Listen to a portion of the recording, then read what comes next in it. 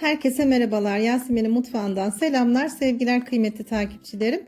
Bugün sizler için hem iftar sofralarınıza hem de Ramazan bayramına çok yakışacağını düşündüğüm harika bir şerbetli tatlı hazırladım. Su damlası tatlısı yaptım. Hem görseli hem de sunumuyla gerçekten çok beğeneceğinizi düşünüyorum bu tatlıyı. Üstelik herkesin rahatlıkla yapabileceği bir tatlı. Lezzeti de kıyır kıyır harika oldu. Sizler de deneyince bana hak vereceksiniz. Şimdi şu güzelliğine bakmanızı istiyorum. Bakar mısınız? Tek kelimeyle şahane oldular. Bu tarifi denemeyen kalmasın diyelim ve hemen tatlımızın yapım aşamasına geçelim. Tatlımızı yapmaya ilk önce şerbetinden başlayalım ki şerbetimiz bir kenarda soğusun arkadaşlar. Bunun için bir tencerenin içerisine 3,5 su bardağı toz şekeri alalım. Üzerine 4 su bardağı su ilave edelim. Kullandığım bardak ölçüsü 200 milim arkadaşlar. Klasik su bardağı. Çeyrek limon da ilave ettikten sonra şekeri eriyene kadar karıştıralım. Ve tenceremizi ocağa alalım. Şerbetimiz kaynadıktan sonra ocağın altını kısalım ve 20 dakika kısık ateşte şerbetimizi kaynatalım. Sonra ocaktan alıp soğumaya bırakalım. Şerbetimiz kaynarken küçük bir hatırlatma yapayım. Hala kanalıma abone değilseniz kanalıma abone olmayı, beğeni ve yorum yapmayı unutmayın lütfen.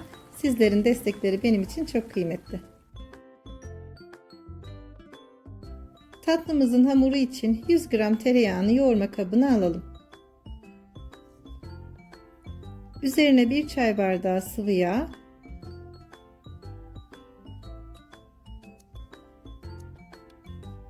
1 adet yumurta,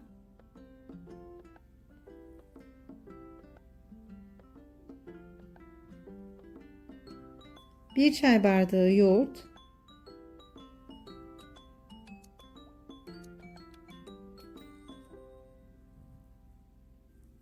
1 çay bardağı toz şeker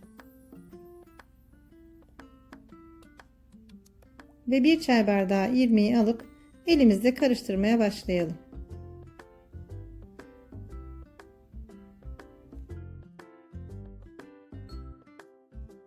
Ununu ilave etmeden önce bütün malzemeleri güzelce karıştıralım arkadaşlar.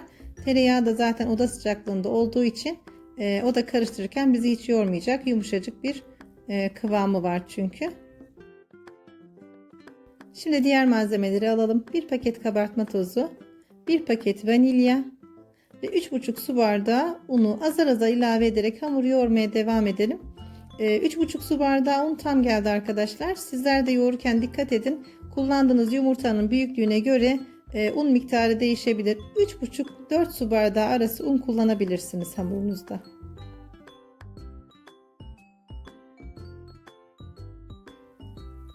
Hamur ele yapışmayan yumuşacık bir kıvamda olacak arkadaşlar. Bakın bu şekilde şimdi sizlerle de paylaşacağım. Bakın yumuşacık ve kesinlikle ele yapışmıyor. Kıvamı çok güzel oldu. Şimdi hamurlara şeklini verebiliriz. Hamurdan ceviz büyüklüğünde parçalar alalım ve yuvarladıktan sonra çok hafif silindir haline getirelim ve iki ucunu birleştirelim. Bu kadar. Şekli bu kadar basit. Evet, su damlalarımızı oluşturalım. Bütün hamur bitene kadar aynı şekilde yapmaya devam edelim.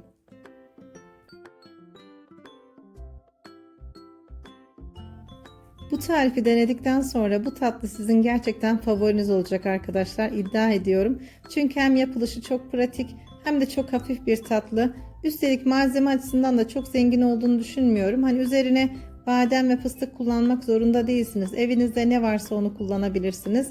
Görsellik açısından daha şık olacağını düşündüğüm için ben badem ve fıstık içi kullandım. Ama inanın hiçbirini kullanmadan sadece Hindistan cevizi serperek bile tatlınızı süsleyebilirsiniz. Gerçekten çok güzel bir tatlı olduğunu düşünüyorum.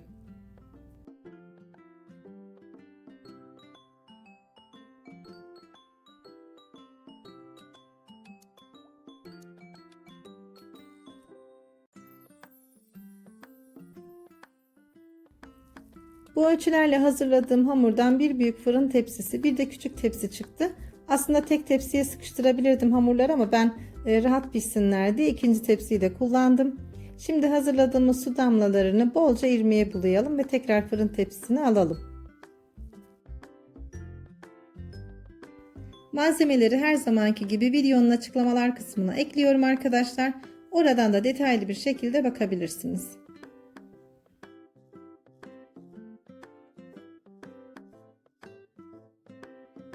Şimdi su damlalarının ortalarına birer tane çiğ badem yerleştirelim. Dilerseniz fındık ya da ceviz de kullanabilirsiniz. Bu tatlıyı Ramazan bayramında da rahatlıkla yapabilirsiniz arkadaşlar. Her ne kadar kimse gelip gitmeyecek olsa da bayram coşkusunu evimizde, ailemizde, çocuklarımızla yaşarken böyle güzel tatlılarla da taçlandıralım inşallah. Yaptıktan sonra bana hak vereceksiniz. Gerçekten hem çok pratik hem de çok lezzetli bir tatlı olduğuna. Tatlılarımıza şekillerini verdikten sonra ortalarına birer tane badem batırdık ve şimdi artık fırına alabiliriz. Daha önceden ısıtılmış 180 derecelik alt üst ayar fırında kızarana kadar pişirelim.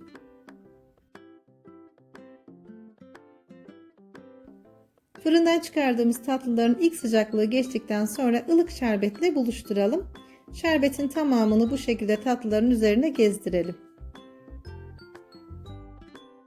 Şerbetini çektikten sonra tatlımızı servis edebiliriz. Bu aşamada tepsinin ağzını kesinlikle kapatmayalım. Bu şekilde şerbetin çekmesini bekleyelim. Yaklaşık 2 saat içerisinde tatlımız şerbetini çekti. Tepsinin üzerini kesinlikle kapatmayalım arkadaşlar. Bu çok önemli bir detay. Çünkü tatlının hamur olmasını istemiyoruz. Bu şekilde 2-3 saat içerisinde şerbetini çekecektir. Ve şerbetini çektikten sonra da tatlımız servise hazır hale gelecektir. Bu arada servis öncesinde tatlıların ortalarına çok az fıstık detayı ekledim. Şimdi sizlerle daha yakından rengini, dokusunu ve kıvamını paylaşmak istiyorum su damlası tatlılarımın. Bakar mısınız? Gerçekten yani anlatmaya gerek yok. Görüyorsunuz işte. Denedikten sonra da bana kesinlikle hak vereceksiniz. Gerçekten çok pratik ve çok lezzetli. Bir o kadar da hafif bir tatlı.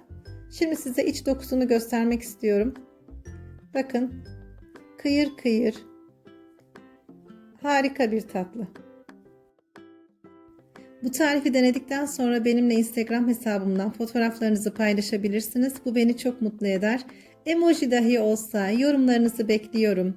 Hepinize tekrardan hayırlı Ramazanlar diliyorum. Yeni tariflerde buluşmak üzere. Hepiniz hoşça kalın, sevgiyle kalın kıymetli takipçilerim.